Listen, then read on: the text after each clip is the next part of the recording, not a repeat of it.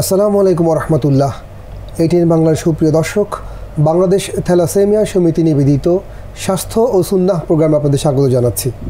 সুপ্রিয় দর্শক, থ্যালাসেমিয়া একটি রক্ত রোগ, যে রোগের নিরাময় নেই তা নিয়ে আমরা এর আগে নিশ্চয়ই আলোচনা শুনেছি, কিন্তু এই রোগটির বিভৎসতা, ভয়ঙ্কর ভয়াবহতা যে পর্যায়ের, তেমন কোনো আলোচনা, বিস্তারিত আলোচনা এ পর্যন্ত মিডিয়াতে হয়নি।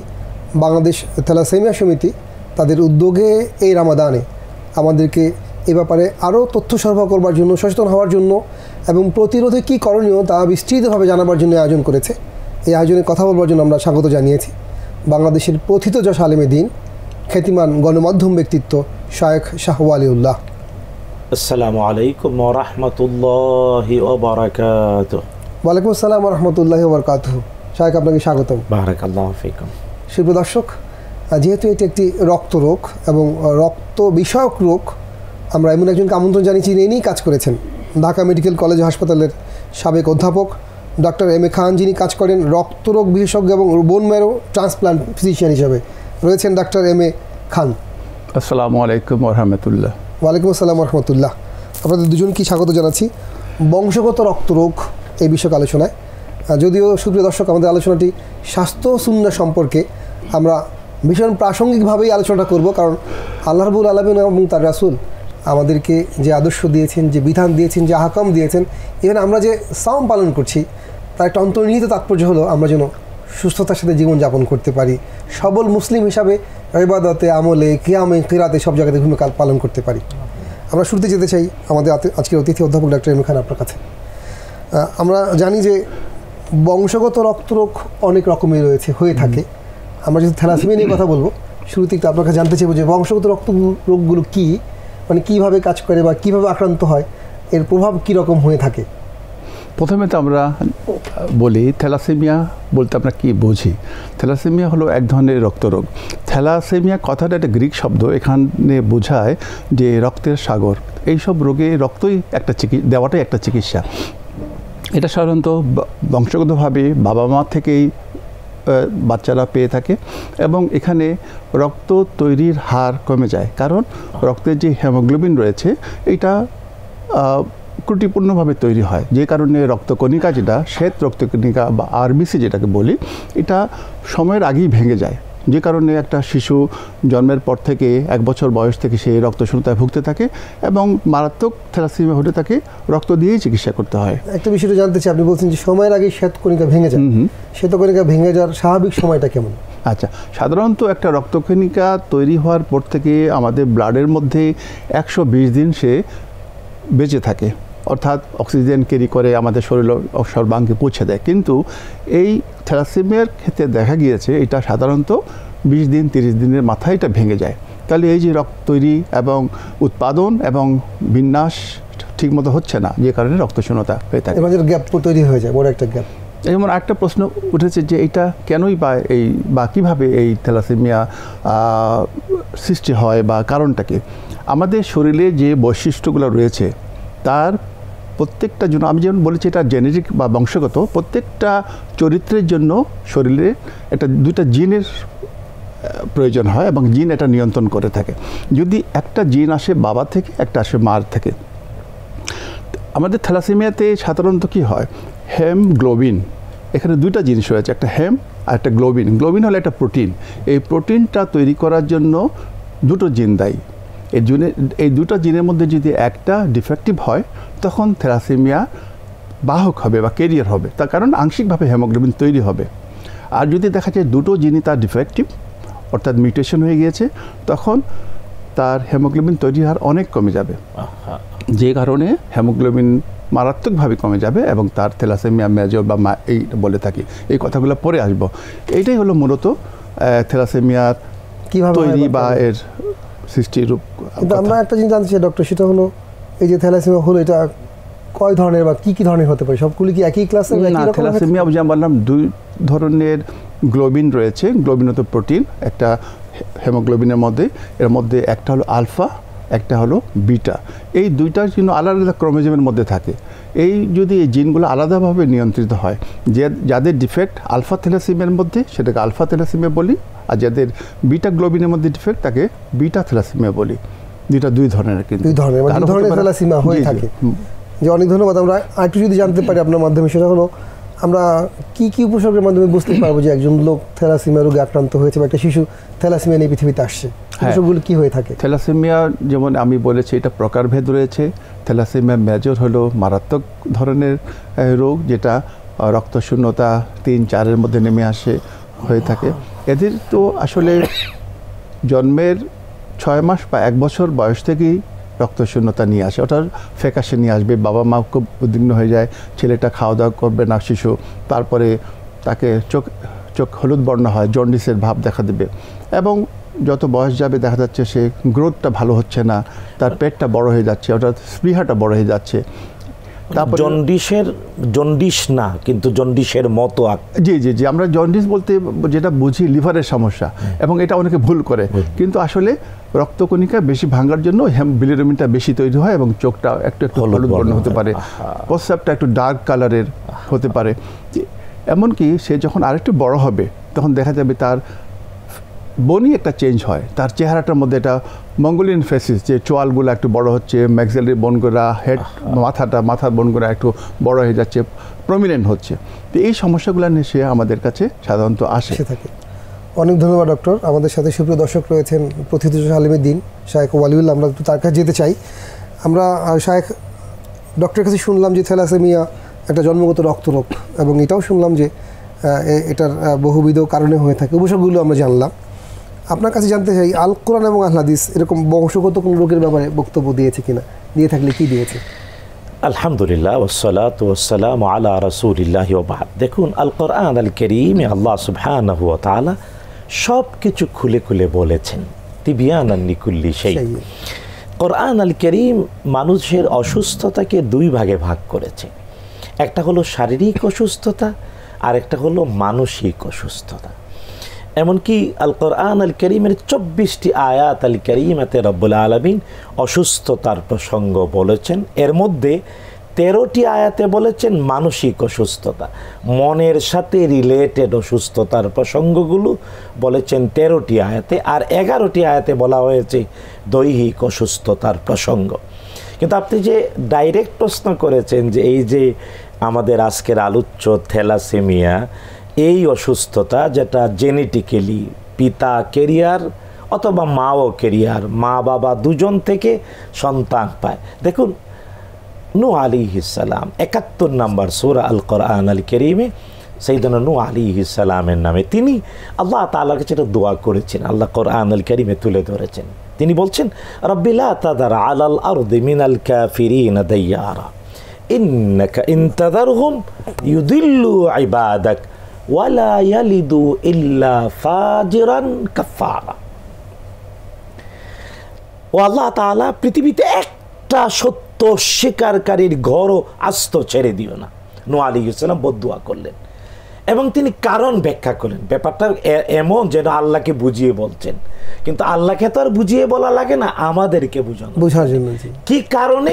নূহ আলাইহিস সালাম, আল্লাহ কোরআনে কারীমে তুলে ধরেছেন, নূহ আলাইহিস সালাম বলেন, ইন্নাকা ইন তাযারহুম, ও আল্লাহ, যদি দুষ্ট দুরাচারীদের তুমি ছেড়ে দাও, ইউদিল্লু ইবাদাক, এরা তোমার বান্দাদের বিভ্রান্ত করবে, ওয়ালা ইয়ালিদু ইল্লা ফাজিরান কাফারা।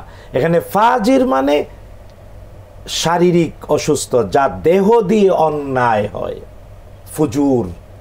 আপনি নিজেও বিশ্ববিদ্যালয়ের শিক্ষক হিসেবে বুঝেন, এটা এমন এক শব্দ। পাপাচার মানেই হলো যত নেগেটিভ দেহ দিয়ে করা যায়, আর কুফরুন মানে হলো যা আত্মা দিয়ে করা যায়। তো নূহ আলাইহিস সালাম আজ থেকে ৭,৫০০ বছর আগে দোয়া করে ব্যাখ্যা করে স্পষ্ট করে দিয়েছেন, বাবা আর মা থেকে যেমন সে শারীরিক অসুস্থতা পায়, মানসিক অসুস্থতাটাও পায়। এই জন্যে বাবা যদি ডাকাত হয়, ছেলেটাও ডাকাত হবে। বাবা যদি ঘুষখোর হয়, ছেলেটাও ঘুষখোর হবে। বাবার গায়ে যে অসুস্থতা, ছেলের গায়েও সে একই অসুস্থতা। কারণ বাবার মাধ্যমেই তো সে পৃথিবীতে আসে, মায়ের মাধ্যমেই সে আসে। সুতরাং নূহ আলাইহিস সালামের এই দোয়া কেবল ইন জেনারেলি এটাই না, আমি যেহেতু আলহামদুলিল্লাহ আজকের এই আলোচনাটা গভীর থেকে করা, তাই নূহ আলাইহিস সালাম এখানে যদি একটা কথা বলতেন তাহলে আমরা অন্য ব্যাখ্যায় যেতে পারতাম না। আর আল্লাহ কোরআনে কারিমে তুলে ধরেছেন দুইটি শব্দ দিয়ে, ওয়ালা ইয়ালিদু ইল্লা ফাজিরান কাফারা। সুতরাং স্পষ্ট বাবা মার শরীরে যা আছে সন্তান তাই পাবে।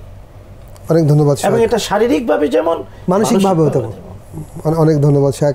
সুপ্রিয় দর্শক, আসলেই মা বাবার চরিত্র দিয়ে আমরা যেরকম প্রভাবিত হই, তার শরীরে বহন করা বিভিন্ন দুরারোগ্য ব্যাধিও আমাদেরকে নানাভাবে আক্রান্ত করে। আমরা এর আগে ডাক্তারের কথাও শুনেছি এবং কোরআন থেকেও তার একটা সুস্পষ্ট প্রমাণ পেলাম। আর হবে না কেন, আপনাকে একটু যুক্ত দেখুন, প্রথম যে কোরআন আল কারীমের 5টি আয়াত, সূরাতুল আলাকের প্রথম যে 5টি আয়াত হেরা গুহাতে মুহাম্মদুর রাসূলুল্লাহ সাল্লাল্লাহু আলাইহি ওয়াসাল্লাম নাযিল হলো, এর মধ্যেই তো আমাদের বিষয় না, আমার ডাক্তার ভাইদের বিষয়। আল্লাহ তাআলা বলেন, ইকরা বিসমি রাব্বিকাল্লাযী খালাক, খালাকাল ইনসানা মিন আলাক। আলাক বোঝার জন্য তো আমাদের মাদ্রাসাগুলোতে তো এগুলা বোঝা যায়, এটার জন্য তো ডাক্তার ভাইরা। তো আল্লাহ তাআলা আমাদের সৃষ্টির সূচনা কোত্থেকে শুরু হয়, আলাক মানে বর্ষির মতো ঝুলে থেকে। যদি আমাদের অনেকে বাংলা অনুবাদ ভুল করে ফেলে, রক্তপিণ্ড না, এটা ভুল। আলাক মানে হলো শুক্রাণু আর ডিম্বাণু একটার মধ্যে আরেকটা নিষিক্ত হয়ে যখন ঝুলে থাকে, আলাক। তার মানে শুক্রাণু আলাদা আমার জন্মের উপাদান বটে, কিন্তু আমার সৃষ্টির সূচনা শুরু হয় যখন শুক্রাণু ডিম্বাণু নিষিক্ত হয়ে এভাবে ঝুলে থাকে।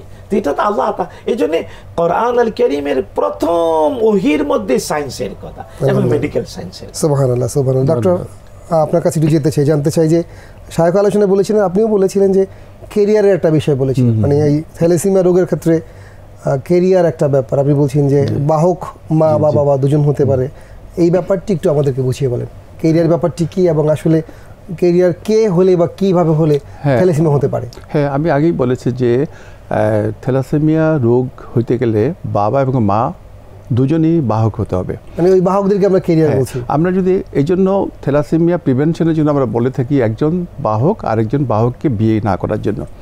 কোনো ভুলবশত হোক বা যেভাবে হোক যদি বিয়ে হয়েই যায়, তখন দেখা যায় যে তাদের 4জন সন্তানের মধ্যে একজন অর্থাৎ 25% সন্তান থ্যালাসেমিয়া রোগী হওয়ার সম্ভাবনা, আর 2জন বাহক হবে, একজন ভালো হবে। কিন্তু দুর্ভাগ্যবশত আমরা অনেক পরিবারই দেখেছি যে তার 2টো মেয়ে বা 2টো ছেলে দুজনেই থ্যালাসেমিয়ার রোগী হয়ে গিয়েছে। এটা একটা স্ট্যাটিস্টিক্যাল কথা, কিন্তু সবসময় যে একই রকম হবে তা না, হিসাবটা গড়, এটা ভিন্ন হতে পারে এটা। হ্যাঁ, তো আমার মনে হয় কিন্তু বাহক যারা, তার বাহ্যিকভাবে বোঝার উপায় নাই যে তার চেহারা ছবি স্বাভাবিক, তার কোনো জন্ডিস থাকে না, তার কোনো রক্তশূন্যতা হালকা থাকলেও বোঝার উপায় নাই। এই জন্য তাকে যদি আমরা পরীক্ষা করি হেমোগ্লোবিন ইলেকট্রোফোরেসিস, তাহলে বাহক নির্ণয় করা সম্ভব। আর রোগীদেরকে দেখে আমরা অনেক সময় বাইরে থেকে বুঝতে পারি, অভিজ্ঞতার বাস্তব। জি জি। এখন একটা বিষয় আমরা বলি, আপনি বলছেন যে যদি দুজনেই বাহক হয়, বিয়ে হলে তারপরে এই প্রবলেমটা হতে পারে, 25% সম্ভাবনা আছে। এখন বিয়ে করবার আগে তাহলে কিরকম করে টেস্ট করে ফেলা যায় কিনা যে কে বাহক কে বাহক? হ্যাঁ, এটা অনেক দেশেই, ইরান বলে, আমাদের মুসলিম অনেক কান্ট্রিতে, ইরান সহ সৌদি আরবেও বিয়ের আগে থ্যালাসেমিয়া পরীক্ষা করার জন্য বাধ্যতামূলক। যদিও তারা এটা অনেক সময় মানে, কিন্তু পরবর্তীতে অনেক সময় তারা এর আউটকাম কী হচ্ছে ওটা হিসাব রাখে না, কিন্তু এটা অনেক দেশেই রয়েছে যে এই পরীক্ষাগুলো করার জন্য বিয়ের আগে। যদি আমরা থ্যালাসেমিয়া স্ক্রিনিং প্রোগ্রাম ইলেকট্রোফোরেসিস করি, তাহলে বুঝতে পারলো একজন যে যার সাথে বিয়ে হচ্ছে সে বাহক কি না। তবে এই ক্ষেত্রে একটা আমাদের সামাজিক সমস্যা রয়েছে, যেমন মেয়ের বাবারা প্রায়ই বলেন যে তাহলে তো আমার মেয়ে তো মানুষ ভুল বুঝবে, এটা কেউ মনে করে এটা ক্যান্সার, কেউ মনে করে এটা একটা বিরাট বড় একটা ব্যাধি। কিন্তু থ্যালাসেমিয়ার বাহক কিন্তু কোনো রোগী না, তার চলাফেরায় কোনো ধরনের সমস্যা নাই। তবে আমরা এই জন্য আমি বলে থাকি যে এক পুরুষ যে ছেলে যে সে তার টেস্টটা করবে। সে যদি দেখা যায় যে তার থ্যালাসেমিয়া নাই, তাহলে মেয়ের পক্ষের করারই দরকার নেই, তাহলে ছেলেরা মাস্ট যে ছেলেরা করিয়ে নেবে এরকম কোনো আমরা মানে আমাদের দেশে তো কোনো আইন নেই, কিন্তু আমরা থ্যালাসেমিয়া সমিতির পক্ষ থেকে বা আমাদের অনুষ্ঠান থেকে আমরা এরকম একটা দাবি জানাতে চাই যে বাংলাদেশে যারা বিয়ে করবে এরপরে এই অনুষ্ঠান যারা দেখছেন এবং আশপাশে রয়েছেন, আমরা এই অনুষ্ঠানের মাধ্যমে সমন্বিত একটা আবেদন রাখতে চাই যে বিশেষ করে পুরুষরা, যেহেতু মেয়েদের ব্যাপারে এখনও কিছু আমাদের সীমাবদ্ধতা আছে, তাদেরকে আমরা একটু ভাববি যে বেশি অসুখ হলে বা অসুস্থ হলে বিয়ে করার ব্যাপারে আমাদের আপত্তি থাকে বা অন্যরকম কথা হয়। তো ছেলে আমরা যারা বিয়ে করতে চাই বিবাহযোগ্য, আমরা যেন অবশ্যই বিয়ের আগে নিশ্চিত হয়ে নিই যে আমি থ্যালাসেমিয়ার বাহক কিনা। যদি হয়ে থাকি তাহলে যেন আমি বিয়ে করার ক্ষেত্রে থ্যালাসেমিয়ার বাহক এমন কাউকে বিয়ে না করি, ব্যাপারটি এরকমই। জি, এরপর যদি বিয়ে হয়ে যায়, কখনো সখনো তো হতে পারে, এবং দুজনই বাহক, তাদের সন্তান রয়েছেন, সেক্ষেত্রে কি ধরনের অসুবিধা? হ্যাঁ, অনেক পরিবার নতুন কাপল আসে আমাদের কাছে যে তারা দুজনই থ্যালাসেমিয়ার বাহক, তারা এখন কি করতে পারে? বিজ্ঞান তারও একটা সলিউশন দিয়ে থাকে। যেমন আমরা বলি প্রিনিটাল ডায়াগনোসিস, অর্থাৎ যখন গর্ভবতী হবে তখন একটা সময়ের মধ্যে, সাধারণত 10 সপ্তাহ থেকে 12 সপ্তাহ বা 14 সপ্তাহের মধ্যে মায়ের ব্রণ থেকে, ডেট ইজ করোনিক ভিলাই অথবা অ্যামনিওটিক ফ্লুইড সংগ্রহ করে এটা পরীক্ষা করা হয়। এটাকে বলা হয় DNA test, thalassemia DNA test বা প্রিনিটাল ডায়াগনোসিস। এখান থেকে বোঝা যাবে যে পেটের যে বাচ্চা, পেটের শিশু, ওটা কি থ্যালাসেমিয়ায় আক্রান্ত কিনা। হইলে যদি দেখা যায় যে সে বাহক, তাহলে তো কোনো অসুবিধা নাই, স্বাভাবিক জীবনযাপন করতে পারবে। যদি দেখা যায় যে সে থ্যালাসেমিয়া রোগী, সেই সব ক্ষেত্রে সাধারণত আমরা একটা অপশন দিয়ে থাকি যে মেডিকেল টার্মিনেশন করতে পারবে ইসলামিক শরীয়ত মতে বা একটা নির্দিষ্ট সময়ের পূর্বেই। তাতে করে একটা রোগাক্রান্ত একটা শিশু জন্ম নিল না, যাকে সারা জীবন তাকে এই রোগ বয়ে বেড়াতে হবে এবং অকালে মৃত্যু হতে পারে। অনেক ধন্যবাদ ডক্টর। আমরা একটু এই পর্যায়ে শায়েখ আপনাকে যেতেই চাই। মানে খুব একটা সেন্সিটিভ ইস্যু এবং খুব সারি সিদ্ধান্ত নেওয়ার বিষয় মনে করি যে দুজন থ্যালাসেমিয়া বাহক স্বামী স্ত্রী, তাদের সন্তান, ট্রিটমেন্ট করে দেখা গেল যে তারা সন্তান থ্যালাসেমিয়ার রোগী। ডক্টর বলছেন সেক্ষেত্রে যদি অ্যাবর্শন করা হয় নির্দিষ্ট সময়ের আগে, তাহলে মানে একটা অসুস্থ শিশু পৃথিবীতে আসলে এরকম একটা ঘটনা ঘটতে পারে। ইসলামী শরিয়ার ব্যাপারে কি বলবে? দেখুন, ইসলামী শরিয়া বলে যে আল্লাহ তাআলা কোরআন আল কারীমে আমাদের জন্মের মাতৃগর্ভের প্রক্রিয়াগুলো এত স্পষ্ট করে বলেছেন, মেডিকেল সায়েন্স মাত্র কিছুদিন আগে খুঁজে পেয়েছে। আর 1450 বছর আগে আল্লাহ তাআলা কোরআন আল কারীমে স্পষ্ট করে বলেছেন, ওয়ালাকাদ খালাকনাল ইনসানা মিন সুলালাতিন মিন তিন সুম্মা জাআলনাহু নুতফাতান ফি ক্বারারিম মাকিন সুম্মা জাআলনা নুতফাতা আলাকা فخلقنا العلقة مضغة فخلقنا المضغة عظاما فكسونا العظام لحما ثم أنشأناه خلقا آخر فتبارك الله أحسن الخالقين। তো আল্লাহ তাআলা আমাদের এমব্রায়োলজি, যেটা আমাদের ভ্রূণ তত্ত্ব, কিভাবে আমরা মাতৃগর্ভে আমরা জন্ম নিয়েছি, তো আল্লাহ তাআলা এর প্রক্রিয়াগুলো ব্যাখ্যা করেছেন।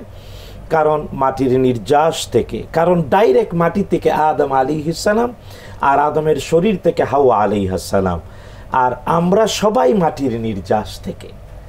আল্লাহ তাআলা আদমের সন্তানদেরকে মাটির নির্যাস থেকে সৃষ্টি করেছেন এবং এই নির্যাসটা আমার বাবা মা আম জাম কাঁঠাল লিচু ফুলকপি বাঁধাকপি খেয়েছে, রক্ত হয়েছে, এখান থেকে শুক্রাণু ডিম্বাণু হয়েছে।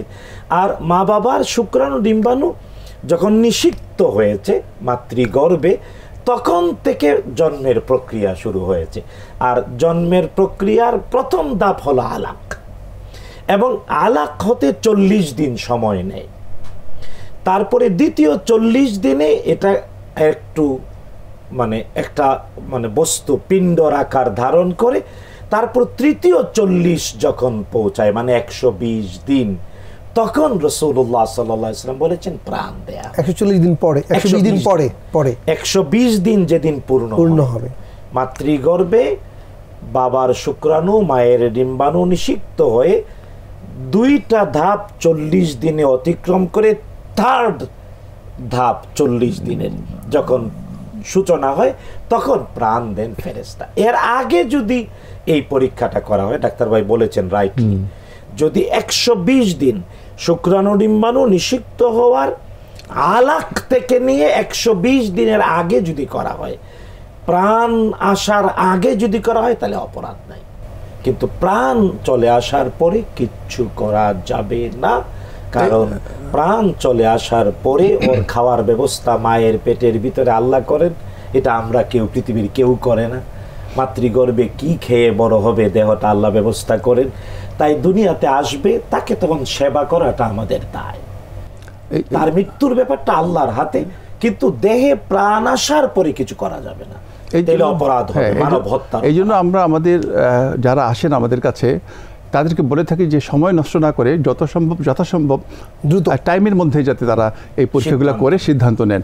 এছাড়া আরেকটা পরীক্ষা রয়েছে, এটা খুবই মডার্ন, এটা আমাদের দেশে এখন আসে নাই, এটাকে বলে সেল ফ্রি ডিএনএ টেস্ট, অর্থাৎ ব্লাড থেকে, মায়ের ব্লাড থেকে যদি নেওয়া হয়, রক্ত নিয়ে একটা পরীক্ষা ডিএনএ টেস্ট করা হয়। এখান থেকে যদিও ওইটা একটু সফিস্টিকেটেড আমাদের দেশে আসে নাই, আসলে সহজে এটা করা যাবে, সহজ সম্ভব হবে। অনেক ধন্যবাদ শাহেক আপনাকে, ধন্যবাদ ডক্টর আপনাকেও। সুপ্রিয় দর্শক, আমরা থ্যালাসেমিয়া নিয়ে কথা বলতে বলতে একটা স্পর্শকাতর বিষয় নিয়েও কথা বললাম। আমরা জানলাম যে দুজন ধারক বাহক মা এবং বাবা যখন সন্তান জন্ম দেন, তাদের গর্ভস্থ সন্তান থ্যালাসেমিয়া আক্রান্ত কিনা, রোগী কিনা বা বাহক কিনা সবই জানা সম্ভব রয়েছে। এবং শরিয়া বলছে যদি সেই গর্ভস্থ অবস্থায় তার মধ্যে প্রাণ সঞ্চার না হয়, তাহলে শরী আলোকে সিদ্ধান্ত নেওয়া সম্ভব যে সেই ভ্রূণটি যদি লাইফ থ্রেডিং হয়, জীবনযাপন যদি সংশয় হয়, তাহলে সেখান থেকে সিদ্ধান্ত নেওয়া যাবে। ডাক্তারও বলছিলেন যে শনাক্ত করে তারপরে তাকে অবসান করা যাবে। এক্ষেত্রে মৌলানা অবশ্যই এই জিনিসটা ক্লিয়ার হতে হবে, পরিষ্কার হতে হবে। ওই সাবজেক্টে এক্সপার্ট অভিজ্ঞ ডাক্তার তারা অভিমত দেবেন এবং তার দ্বীনি চেতনা থাকবে, দ্বীনি ইলমও থাকতে হবে। দ্বীনি চেতনা আমরা নাই বা শর্ত দিলাম, শুধু আস্তিক যাতে হন, স্রষ্টায় বিশ্বাসী হন। কারণ ওই ডাক্তারও তো একবার তার মায়ের পেট থেকেই জন্ম নিয়ে পৃথিবীতে এসেছেন, সুতরাং ওই আস্তিক হিসেবে স্রষ্টায় বিশ্বাসী হয়ে ভালোবাসা ধারণ করে এই ব্যাপারে সিদ্ধান্ত দেবেন, এবং অবশ্যই তা যাতে প্রাণ সঞ্চারের আগে হয়। মানে এই সিদ্ধান্ত নেওয়ার ক্ষেত্রে অবশ্যই দুটো জিনিস তার আমরা খেয়াল করবো। উনি চিকিৎসা বিজ্ঞানী তো হবেনই, পাশাপাশি তাকে অবশ্যই মুমিন হতে হবে, মুসলিম হতে হবে, কারণ যেহেতু সিদ্ধান্ত সরেই আসতেছে। আপনি কিছু বলতে চাইছেন? বলতে চাই যে সবসময় যে লাগে তা না। যেমন আমার কাছে কয়েকদিন আগে দুজন কাপল আসছিল, দুইজনেই হলো ই ট্রেট, দুই ধরনের আছে, ই এবং বিটা, ই ট্রেট, এবং তাদের বলেছি তাদের কোনো প্রিনেটাল টেস্ট করা লাগবে না, বিকজ আমরা ধরে নিচ্ছি তার বাচ্চা ই ডিজিজ হবে, এবং ই ডিজিজ স্বাভাবিকভাবে জীবনযাপন করতে পারে, তাদের কোনো ট্রান্সফিউশন লাগে না এবং তেমন কোনো মেডিকেশনও লাগে না। তো এইসব ক্ষেত্রে আমরা তাদেরকে অ্যাবর্শন বা টার্মিনেশনের কথা বলি না। অতএব দেখা যাচ্ছে ই বিটা থ্যালাসেমিয়া মেজর একটা অংশ, এদের বেলায় চিকিৎসাটা প্রয়োজন হয়, প্রিনেটাল ডায়াগনোসিস এবং টার্মিনেশন। সকলের ক্ষেত্রে সকলের না। জি, তাহলে তবে এখানে প্রাসঙ্গিক আরেকটা বিষয় বলি, যেহেতু মানে আজকে পর্যন্ত চিকিৎসা বিজ্ঞান ওই পিতা মাতার কে ক্যারিয়ার হিসেবে সন্তান উত্তরাধিকার সূত্রে পাওয়া এই অসুস্থতাটার কোনো মানে প্রতিকার এখনো করতে পারেনি। কিন্তু শরিয়া বলে এই ক্ষেত্রে যদি এমন কেউ বুঝে, তাহলে তারা যাতে আল্লাহ তাআলার আশ্রয় গ্রহণ করে। এবং এই ক্ষেত্রে অনেক মানে ওলামা ফুকাহাদের অভিমত, জমজম এই ক্ষেত্রে একটা মহৌষধ। কারণ জমজমকে রাসূলুল্লাহ সাল্লাল্লাহু আলাইহি ওয়াসাল্লাম তিনটি পরিচয়ে পরিচিত করিয়েছেন। এক নাম্বার জমজমকে বলেছেন খাদ্য, দুই নাম্বার বলেছেন জমজম ঔষধ, মহৌষধ, আর তিন নাম্বার জমজম হলো জান্নাতের, দুনিয়াতেই জান্নাতের পানীয়। এবং এই জন্য জমজম পান করতে গিয়ে দোয়া করতে হয়, আল্লাহুম্মা ইন্না নাসআলুকা ইলমান নাফিআ ওয়া রিজকান ওয়াসিআ ওয়া শিফাআন মিন কুল্লি দা। তো বিশ্বাস সহকারে জমজমের দ্বারা কিন্তু এমন অনেক অসুস্থতা যার হয়তো সাধারণ প্রতিকার বা চিকিৎসা পৃথিবীতে নাই, এর অনেক প্রমাণ আছে যে ভালো হয়। এটাও আমরা অনুরোধ করব অন্তত অনুষ্ঠানে, যে আমরা যেমন মেডিকেল সায়েন্সের বাস্তবতা নিয়ে কথা বলছি, যেহেতু সুন্নাহ আমাদের স্বাস্থ্যের সাথে সুন্নাহকে রিলেট করে বলছি, তাই আমরা আল্লাহ বিশ্বাস করি, তারই দেওয়া অনুগ্রহ জান্নাতি মহৌষধ জমজম ঔষধ, এবং এটা সতত প্রমাণিত। কারণ জমজম এমন একটা বিষয় যার মধ্যে বেঁচে থাকার সকল মিনারেলস রয়েছে। অনেক ধন্যবাদ শাহেক। সুপ্রিয় দর্শক, তাহলে আমরা এমন একটা বড় সিদ্ধান্ত নেওয়ার আগে আমাদের আলোচনা থেকে নিশ্চিত হলাম যে আমরা অবশ্যই একজন চিকিৎসকের পরামর্শ নেব, পাশাপাশি ইসলামী শরিয়াতে ভালো জ্ঞান রাখেন এবং চিকিৎসা বিজ্ঞান সহ জ্ঞান রাখেন এমন একজন দক্ষ মুফতি শাহেক আপনার কাছে যিনি আছেন তার কাছ থেকে জেনে নিব।